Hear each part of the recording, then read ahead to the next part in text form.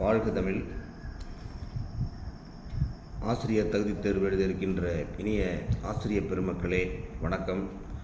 இன்றைய தினம் நாம் தொடர் வகுப்பு எண் 10 அதில் 6ஆம் வகுப்பு இயல் 2 மற்றும் 3 தொடர்ச்சி ஆகியவற்றை பார்க்க இருக்கிறோம். தொடர்ந்து பாருங்கள், பகிருங்கள், பயனடையுங்கள். வினா எழுத்துக்கள் என்பது எதை குறிக்கின்றன என்றால் ஏ, யா, ஆ, ஓ, ஏ என்ன. அதில் மொழியின் முதலில் வந்து பார்த்திங்கன்னா ஏனாவும் யாயனாவும் வரும். எங்கு, யாருக்கு. அதில் மொழியினுடைய இறுதியில் எது வரும்னா ஆவண்ணா, ஓவண்ணா. இறுதியில் எப்படி வரும் அப்படின்னு பார்த்திங்கன்னா பேசலாமா, தெரியுமோ, பேசலாமா, மா. அந்த மா என்பது இம் கூட்டல் ஆவண்ணா. ஓவண்ணா என்பது தெரியுமோ, அந்த இம் கூட்டல் ஓவண்ணா. அதனால் இரண்டும் இறுதியில் வருகிறது. முதலிலும் இறுதியிலும் வருகின்ற எழுத்து எது என்றால் ஏஎண்ணா. ஏன் முதலிலும் வரும், கடைசியாகவும் வரும். ஏன் இங்கே வந்தாய் என்று கேட்கலாம், அல்லது இங்கே வந்தது ஏன் என்றும் கேட்கலாம். அடுத்து அகவினா. அந்த வினாவிலேயே அகவினா, புறவினா என்று 2 வகைகள் இருக்கின்றன. அந்த வினாவில் அதில் எது, யார், ஏன். எது, யார், ஏன். இந்த வினா எழுத்துக்களை நீக்கினால் பிற எழுத்துக்களுக்கு பொருள் இருக்காது. அப்படி இருந்தால் அகத்தே நின்று வினா பொருளை உணர்த்துகின்ற காரணத்தினால் இது அகவினா என்று அழைக்கப்படுகிறது. உதாரணம் பார்த்திங்கன்னா எது, அதில் ஏஎன் நான் எடுத்துட்டால் தூ, அதுக்கு பொருள் இல்லை. இதுக்கு தான் அகவினா. புறவினா அவனா, வருவானோ. இதில் பார்த்திங்கன்னா ஆவண்ணா, ஓவண்ணா ஆகிய வினா எழுத்துக்களை நீக்கினால் பிற எழுத்துக்கள் பொருள் தரும். இப்போ உதாரணம் பார்த்திங்கன்னா எடுத்துக்காட்டு அவனா அப்படின்னு கேட்டிருக்கோம். அவனா இறுதியில் ஆ இருக்கிறது, அந்த ஆவை நீக்கிட்டா அவன். அடுத்து வருவானோ, அந்த ஓவை நீக்கிட்டா வருவான் அப்படிங்கிற பொருளை தருகின்ற காரணத்தினால் இது புறவினா என்று அழைக்கப்படுகிறது. அதில் 6ஆம் வகுப்பு பாடத்தில் இயல் 7 தம் உயிர்போல் எவ்வுயிரும் தானென்று தண்டருள்கூர் செம்மையருக்கு ஏவல் என்று செய்வேன் பராபரமே. அந்த அடிகள் 2 அடிகள் அந்த பராபரமே என்று இந்த பகுதியில் பாடுகின்ற பாடல் வந்து தாய்மானவர் என்பதை நினைவில் வைத்துக் கொள்ளுங்கள். அடுத்து பொருள் கூறுக. கார், கார் இல்லை கூர். கார்னா மழை அப்படின்னு எடுத்துக்கலாம், கூர்னா மிகுதி, ஏவல் அப்படின்னா தொண்டு. அடுத்து பராபரமே அப்படின்னாக்கா அதுக்கு பொருள் வந்து மேலான பொருளே. பராபரமே என்றால் மேலான பொருளே என்று பொருள். அதனால் அந்த கூர் அப்படிங்கிறது மிகுதி அப்படிங்கிறது ஞாபகம் வச்சுக்கோங்க. தாய்மானவர் யாரிடம் தலைமை கணக்கராக பணிபுரிந்தார்? யார்கிட்ட அவர் வேலை பார்த்தார், என்னவா இருந்தார்? திருச்சியை ஆண்ட விசய ரகுநாத சொக்கலிங்கம் அப்படிங்கிற தலைமை கணக்கராக பணிபுரிந்தார். தமிழ் மொழியின் உபநிடதம் என போற்றப்படும் நூல் எதுன்னு கேட்பாங்க. தாய்மானவர் பாடல்கள் தான் உபநிடதம் அப்படின்று அழைக்கப்படுகிறது. பொதுவாக 2 அடிகளில் எதுகை ஒத்து வருவது அப்படி பாடக்கூடிய பாடல்கள் தான் கன்னி என்று அழைக்கப்படுகிறது. 2 அடிகளாக எதுகை ஒத்து இருக்கணும். இதுக்குன்னா 2வது எழுத்து ஒத்து இருக்கணும். அதான் நான் ஏற்கனவே சொன்னேன். தம்முயிர் போல் செம்மையருக்கு அப்படின்னு அடுத்த அடியில் ஆரம்பிச்சிருக்கோம். முதல் அடியில் வந்து 2வது எழுத்து இம், 2வது அடியிலையும் அந்த இம், 2வது அடியிலையும் 2வது எழுத்து வந்து இம், செம்மையருக்கு அப்படிங்கிற காரணத்தினால தான் இது வந்து கன்னி என்று அழைக்கப்படுகிறது. அடுத்து அமெரிக்காவில் பூஜேட் சவுண்ட் என்னும் இடத்தில் சுற்றி வாழ்ந்தவர்கள். அந்த அமெரிக்காவில் ரொம்ப பூஜேட் சவுண்ட் அப்படிங்கிற அந்த இடத்த சுற்றி வாழ்ந்தவங்க யாருனாக்கா சுஹுவா மிஸ் பழங்குடியினர். சுஹுவா மிஸ் பழங்குடியினர், சுஹுவா இஸ் பழங்குடியினர். அந்த ரொம்ப பழைய பண்பாட்டையும் தொடர்ந்து வாழ்ந்துட்டு இருந்திருக்கிறாங்க அவங்க. அந்த சுஹுவா மிஸ் பழங்குடியினுடைய தலைவராக யார் இருந்தார்னா சியாட்டல் அப்படிங்கிறவர் இருந்தார். அந்த சியாட்டல் என்ன பண்ணார்னா அந்த தன்னுடைய பகுதி மக்கள் நிலத்தை எல்லாம் இவங்க அபகரிக்கிறாங்க, அங்கே குடியேறினவங்களாம் அப்படிங்கிறதுக்காக அமெரிக்க குடியரசுத் தலைவருக்கு வந்து ஒரு கடிதம் எழுதினார். அதனால் அவர் வந்து எழுதிய கடிதம் யாருக்கு என்றால் அமெரிக்க குடியரசுத் தலைவருக்கு. அந்த செவ்விந்தியர்கள் என்று அழைக்கப்படுகின்ற அவர்கள் வந்து என்னன்னாக்கா நிலத்தை எவ்வாறு மதித்தனர் அப்படின்னாக்கா தாயாக அப்படின்னு நிறைய கொடுத்துருப்பாங்க. 4 தந்தையாக தெய்வமாக அப்படின்னு நம்ம உடனே நம்ம பார்த்தோன்னே தெய்வம்னு நம்ம போட்டுருவோம். அது கிடையாது. நிலத்தை வந்து தாயாக, வானத்தை தந்தையாக. இந்த வினாக்களில் தான் நம்ம சில பேர் ஏமாந்துடுறாங்க. தெய்வம்னு அந்த வார்த்தையை பார்த்தோன்னா அவங்க தெய்வம் வச்சுட்டாங்க அப்படின்னு எழுதிடுறாங்க. அதனால் கவனமாக இருக்கணும். நிலத்தை தாயாக, வானத்தை தந்தையாக. அடுத்தது பாதம் என்னும் அந்த பாதம் என்னும் கதை அப்படிங்கிற அந்த நூல் வந்து யாரால் எழுதப்பட்டது அப்படின்னு கேட்பாங்க. எஸ் ராமகிருஷ்ணன். பாதம் என்னும் கதை. அந்த பாதம் என்னும் கதை இடம்பெற்ற நூல் தாவரங்களின் உரையாடல் அப்படிங்கிற நூல்லேருந்து அந்த பகுதியை எடுத்திருக்கிறாங்க.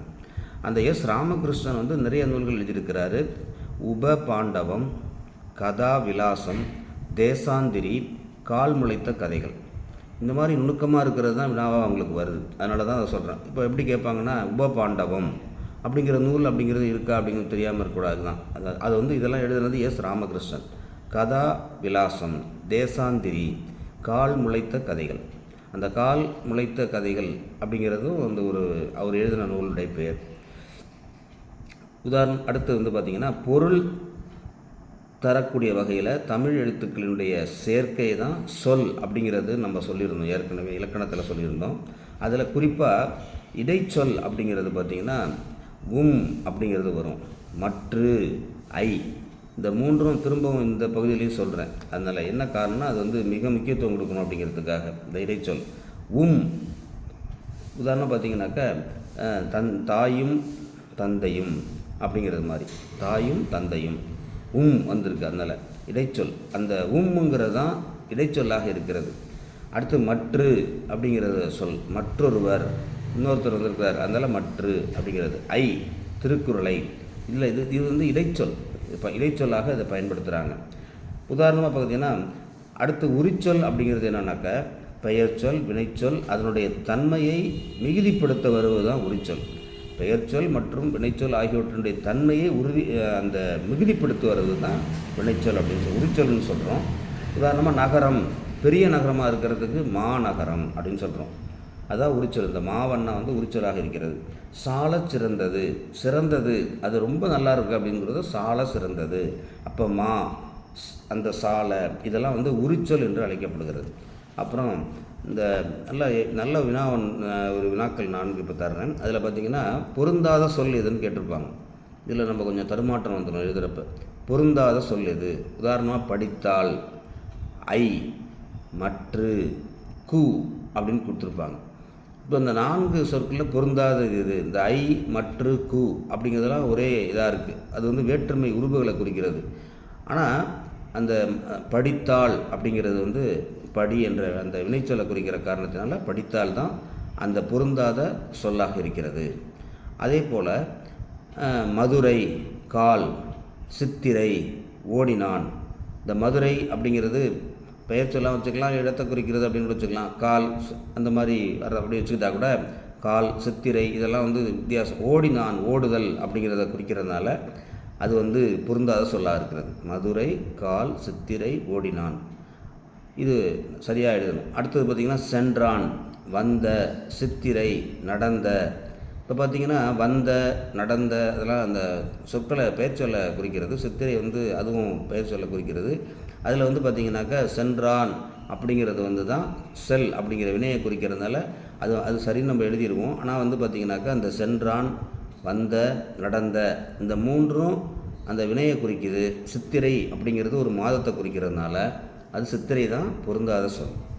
அடுத்தது மாநாடு, ஐ, மற்று. நான் இப்போ தான் சொன்னேன் நான், இந்த ஐ, மற்று இதெல்லாம் வந்து இடைச்சொற்களை குறிக்குது. மாநாடு, பெரிய மாநாடு அப்படிங்கிறத வந்து சொல்கிறப்ப மாநாடு அப்படிங்கிறது இதில் பொருந்தாத சொல்லாக இருக்கிறது. இந்த 4 வினாக்களில் ஏதாவது ஒரு வினா இது போல கேட்கக்கூடிய வகையில் வினா வந்து பெரும்பாலும் எடுக்கிறாங்க. அதை நினைவில் வச்சுக்கணும். அன்பினில் இன்பம் காண்போம், அறத்தினில் நேர்மை காண்போம் அப்படின்னு எழுதுனது யாருன்னா முத்தரையனார். அவர் வந்து மலேசிய கவிஞர். அப்போ வினா வந்து கேட்குறப்ப மலேசிய கவிஞர் வந்து அப்படின்னு சொல்லிட்டு கூட கேட்கலாம். முத்தரையனார். அகராதியை பயன்படுத்தி பொருள் தருக அப்படின்னு ஒரு வினா கேட்குறாங்க. அதில் வந்து கருணை அப்படின்னா இரக்கம், அச்சம் அது பயம், எச்சம் அப்படின்னா மீதி, ஒப்பு அப்படின்னா சம்மதம். இது மாதிரி ஒரு வினா வருது. இருபொருள் தருக அப்படின்னு கொடுத்துருப்பாங்க. ஆறு அப்படின்னா நதி, எண் அப்படிங்கிறதையும் குறிக்குது. திங்கள் அப்படின்னா சந்திரன், மாதம். அடுத்து ஓடு அப்படின்னாக்கா ஓடுதல், வீட்டினுடைய கூரை. நகைனா சிரிப்பு, ஆபரணம் ஆகிய இரண்டையும் குறிக்கிறது. அடுத்து ஏழைகளுக்கு உதவி செய்வதே டேஸ், இந்த மாதிரி கோடிட்டிடமாக கேட்பாங்க, ஆகும். ஏழைகளுக்கு உதவி செய்வதே டேஸ் ஆகும். ஈகை, பிற உயிர்களின் டேஸ் கண்டு வருந்துவதே அறிவின் பயனாகும் அப்படின்னு கொடுத்துருப்பாங்க. பிற உயிர்களின் எதை கண்டு அப்படிங்கிறப்ப துன்பத்தை கண்டு. உள்ளத்தில் டேஸ் இல்லாமல் இருப்பதே சிறந்த அறமாகும். உள்ளத்தில் நம்ம என்ன இல்லாமல் இருக்கணும், குற்றம். அறநூல்களில் கூறப்படும் அறங்களில் சிறந்தது, எந்த அறத்திலேயே சிறந்தது, இதெல்லாம் திருக்குறளில் வந்திருக்குது. அது பார்த்திங்கன்னா பகிர்ந்து உண்ணல், மற்றவங்களுக்கும் கொடுக்கறது தான் அந்த சிறந்த அறம் அப்படின்னு சொல்கிறாங்க. நின்றவர் கண்டு நடுங்கினாரே, ஐயன் நேரில் நிற்கவும் அஞ்சினாரே. இந்த பாடலை எழுதியது கவிமணி தேசிய விநாயகனார். அதில் நின்றவர் அப்படிங்கிறது யாரை குறிக்குதுன்னா, அந்த யாகசாலையில் நிறைய ஆடை வெட்ட போகிறாங்க, அந்த இடத்துல அங்கே நிற்கிறவங்கலாம் அதான் நின்றவர். அடுத்தது அஞ்சினார் அப்படிங்கிறது யாரை குறிக்குதுன்னா, பிம்புசார மன்னனை குறிக்குது. அந்த இடத்துல இருக்கக்கூடிய மன்னன். யாரை கண்டு அஞ்சினார், இந்த 3 கேள்வி இருக்குது. நின்றவர் யார், அஞ்சினார் யார், அப்புறம் யாரை கண்டு அஞ்சினார். யாரை கண்டு அஞ்சினார்னா புத்தபிரானை கண்டு அஞ்சினார் அப்படிங்கிறத ஞாபகம் வச்சு. அடுத்தது கும்பி அப்படின்னாக்கா வயிறு. கும்பினா உடனே நீங்கள் என்ன பண்ணிடுவீங்க, கும்பியாக இருக்குன்னா சகதின்னு எழுதிடுவீங்க, அல்லது சேருன்னு எழுதிடுவீங்க. ஆனால் அதுக்கு சரியான விடை வயிறு. பூதளம் அப்படின்னாக்கா பூமியை குறிக்குது. ஆசிய ஜோதி நூலை எழுதுனது யாருன்னா கவிமணி அந்த தேசிய விநாயகனார். எட்வின் அர்னால்டு அப்படிங்கிறவர் என்ன செய்கிறாருன்னா, அவர் எழுதுனது தான் அந்த லைட் ஆஃப் ஏசியா அப்படிங்கிறது தான் அவர் எழுதுனது. அதுதான் தமிழில் ஆசிய ஜோதி அப்படின்னு இவர் தமிழில் கவிமணி தேசிய விநாயகரார் மொழிபெயர்த்திருக்கிறார். அந்த புத்தருடைய வரலாற்றை அது கூறுகின்ற நூலாக இருக்கிறது அது ஆசிய ஜோதி. அரசனாலும் செய்ய முடியாதது எது அப்படின்னு பார்த்திங்கன்னா, இறந்த பின் உயிரை கொண்டு வர்றது தான் அரசனாலையும் செய்ய முடியாது. எறும்பு எதற்காக பாடுபடுகிறது அப்படின்னு ஒரு கேள்வி. இந்த மாதிரி நம்மளை குழப்புற மாதிரி சில கேள்விகள் வரும். எறும்பு எதற்காக பாடுபடுகிறது, நம்ம உணவுக்காக பாடுபடுதுன்னு எழுதினோம். ஆனால் விடை சரியான விடை தன் உயிரை காக்க பாடுபடுகிறது அப்படிங்கிறது தான். அதுக்கு உள்ளே தான் இந்த உணவுங்கிறது வருது. அதனால் தன் உயிரை காக்க ஒரு நாளும் விட்டு செல்லாது, நம்மளை விட்டு போகவே போகாது. எது அப்படின்னு கேட்பாங்க. நன்மையும் தீமையும், நாம் செஞ்ச நன்மையும் தீமையும் ஒரு நாளும் நம்ம விட்டு போகாது. அதான் அது மாதிரி அது ஞாபகம் வச்சுங்க. தீதும் நன்றும் பிறர் தரவாரா அப்படின்னு சொல்லுவாங்க இல்லைங்களா. அந்த அடிப்படையில் உலகம் முழுமையும் எப்போது ஆள முடியும், உலகம் முழுமையும் எப்போது நம்ம ஆள முடியும்னாக்கா தீய செயல்களும் அதே மாதிரி இந்த தீய செயல்கள்லாம் இல்லாமல் இருந்தால், அது மாதிரி கொல்லாமை, இந்த இரண்டும் இருந்தால் உலகம் முழுமையும் ஆள முடியும் அப்படின்னு சொல்லப்படுகிறது. நாளை மட்டுமல்ல இன்றும் நம்முடையதான். இந்த சொற்களை படிக்கிறப்பே நம்மளுக்கு ஒரு நல்ல ஒரு புதுக்கவிதை இது அப்படிங்கிறது தெரிஞ்சுக்கலாம். நாளை மட்டுமல்ல இன்றும் நம்முடையதான். இதை எழுதுனது மு. மேத்தா. அந்த கலைகளை தூக்கி கொண்டு தெரியாதே அவை கைக்குழந்தைகள் அல்ல அப்படின்னு அவர் எழுதியிருப்பார். அந்த கலைகளை தூக்கி கொண்டு தெரியாதே அவை கைக்குழந்தைகள் அல்ல. கைக்குழந்தைகள் தான் நம்ம தூக்கிட்டே போகிறோம். அது மாதிரி கவலைகளை இல்லை, கவலைகளை தூக்கி கொண்டு தெரியாதே அப்படின்னு அவர் எழுதியிருக்கிறார். அதில் கவலைகளை தூக்கி கொண்டு தெரியாதே அவை கைக்குழந்தைகள் அல்ல. எவ்வளோ அழகாக இருக்கார் பாருங்கள், நடை எப்படி இருக்கு பாருங்கள். அது மு. மேத்தா என்ன சொல்கிறாருன்னா, அந்த கவலைகள் அப்படிங்கிறத ஓமையாக எதுக்கு சொல்கிறாருன்னா கைக்குழந்தைகளை சொல்கிறார் அப்படின்னு கேட்கலாம். உன்னுடன் நீயே கை குலுக்கிக்கொள், மற்றவங்க கை குலுக்க மாட்டேங்கிறாங்க ஒன்று அப்படின்னாக்கா உன்னுடன் நீயே கை குலுக்கிக்க அப்படிங்கிறார். அதுவும் மு. மேத்தா தான். தாங்கி நடந்தால் பூமி படுக்கை ஆகிறது, விழித்து நடந்தால் பாதை ஆகிறது. இதுவும் அந்த மேத்தாவினுடைய சொற்கள் தான். விழித்தெழும் திசையே பூமிக்கு கிழக்கு, உன் விரல்களில் ஒளிரும் சூரிய விளக்கு அப்படின்னு சொல்கிறார் அவர். இதெல்லாம் ஞாபகம் வச்சுக்கோங்க. இந்த வரிகள்லாம் அவர் மேத்தாவோட தான். மு. மேத்தா எந்த இயக்க கவிஞர்கள் ஒருவர் அப்படின்னு கேட்பாங்க. நிறைய இயக்கம் வச்சுருக்காங்க, தமிழ் இயக்கம் அது மாதிரிலாம் வச்சுருக்காங்க இல்லைங்களா. அதில் வானம்பாடி அப்படின்னு அந்த கவிஞர்கள் சேர்ந்து வச்சுருக்கிறாங்க. அதில் வானம்பாடியில் தான் இவரும் ஒருத்தராக இருக்கிறார். அவருடைய நூல்கள், மேத்தா அவர்களுடைய நூல்கள் பார்த்திங்கன்னா கண்ணீர் பூக்கள், ஊர்வலம், சோழநிலா, மகுடநிலா, இதெல்லாம் அவர் எழுதின நூல்கள் பெயர். கண்ணீர் பூக்கள், ஊர்வலம், சோழநிலா, மகுடநிலா. அதில் அவர் வந்து பேராசிரியராக பணியாற்றியிருக்கிறார். ஆகாயத்துக்கு அடுத்த வீடு அப்படிங்கிற அந்த புதுக்கவிதை நூலுக்கு வந்து சாகித்ய அகாடமி விருது வாங்கியிருக்கிறார். எந்த நூலுக்குன்னா ஆகாயத்துக்கு அடுத்த வீடு அப்படிங்கிற அந்த புதுக்கவிதை நூலுக்கு சாகித்ய அகாடமி விருது வாங்கியிருக்கிறார். அடுத்தது பார்த்திங்கன்னா, தோல்வி எப்போது தூண்டுகோலாகிறது அப்படின்னு கேட்பாங்க. நெய்யாய் திரியாய் மாறினால் அப்படின்னு அவர் எழுதியிருப்பார். நெய்யாய் திரியாய் மாறினால் நிறைய வரிகளை நான் எடுத்து இதில் சொல்லியிருக்கேன். என்ன காரணம்னா, இது வந்து நிறைய அடிகள் வந்து உங்களுக்கு வந்து நினைவில் வைத்துக்கொள்ள வேண்டிய ஒரு இருக்குது. ஏன்னா அது வினா கேட்கப்படலாம் அப்படிங்கிறதுனால தான். அதனால் நம்ம வந்து ஞாபகம் வச்சுங்க. இதெல்லாம் இப்போ நான் இன்றைக்கு சொன்னதெல்லாம் பெரும்பாலும் பார்த்திங்கன்னா உங்களை வந்து திசை திருப்பக்கூடிய வகையில், அதாவது இதுவா அதுவா அப்படிங்கிற நிலையில் இது அது இல்லை அது இல்லை அப்படிங்கிறதுக்காக தான் நான் சிலவற்றை வந்து திரும்ப திரும்ப சொன்னேன் காரணம்.